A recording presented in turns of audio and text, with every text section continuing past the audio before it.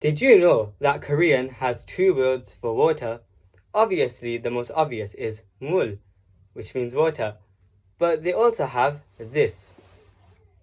Now you might be thinking, Lawyer 333, this is simply not correct. This is actually the Chinese character for water, which is pronounced shui, or the Japanese kanji for water, which is pronounced mizu. But no, this is the Korean Hanja, which is pronounced su. It comes in words like su-yeong, which means swimming.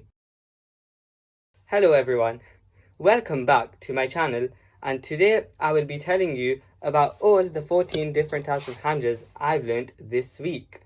So I want to learn Hanja because it's really cool first of all, and it makes understanding Korean a lot easy, and I've heard that it's a necessity for law in Korea.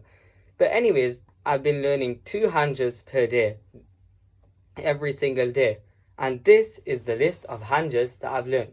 So let's go through them.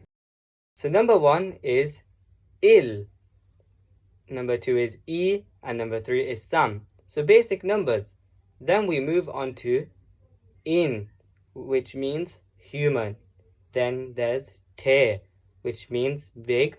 Then su, which means small. Jung, which means middle. San, which means mountain. Su, as we went through, water. Hwa means fire. Muk means tree, I think, or wood. Il, in this context, means day or sun. Wal means month. And shim means heart. So yeah, there's a lot of Hanjas to digest here. But since I've been learning Chinese, I feel like it's been a bit more easier for me to start the basics, because all of these in Chinese are pronounced yi, er, sam, then there's ren, ta, then there's xiao, and it just makes a lot of sense to me. Now I am going to be doing some Hanja writing practice.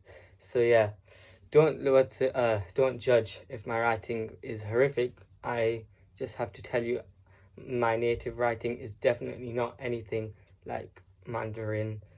So yeah, English obviously is easy to write, but yeah, let me practice and then I'll show you the results later.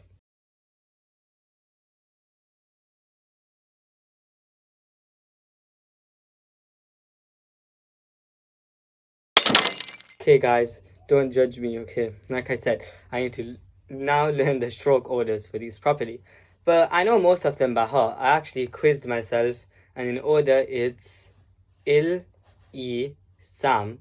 Then there's also in, te, su, jung, san, I think su, hua, il, wal, and shim. Hopefully that's all of them. But yeah, I think I did pretty good on most of them. But now, I want to tell you something really cool about Hanja.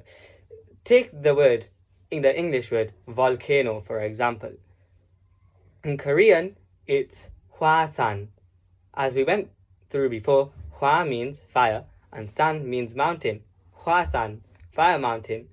Obviously in Chinese, it'll be hosan, but it's just very cool. Like, the linguist of it is just very complex, but also it just helps you understand the Korean language better. There's so many Hanja characters, and there's even more complex one. I've been through so many, but obviously I'm taking it one step at a time. So yeah, now I'm going to go now. I hope you enjoyed this video. Make sure to subscribe to Journey to Korean Law, and yeah, I'll see you in the next one. Hopefully the next video is about me learning either Mandarin, Japanese, or Korean. But stay tuned because more videos are on the way. Bye! Annyeong!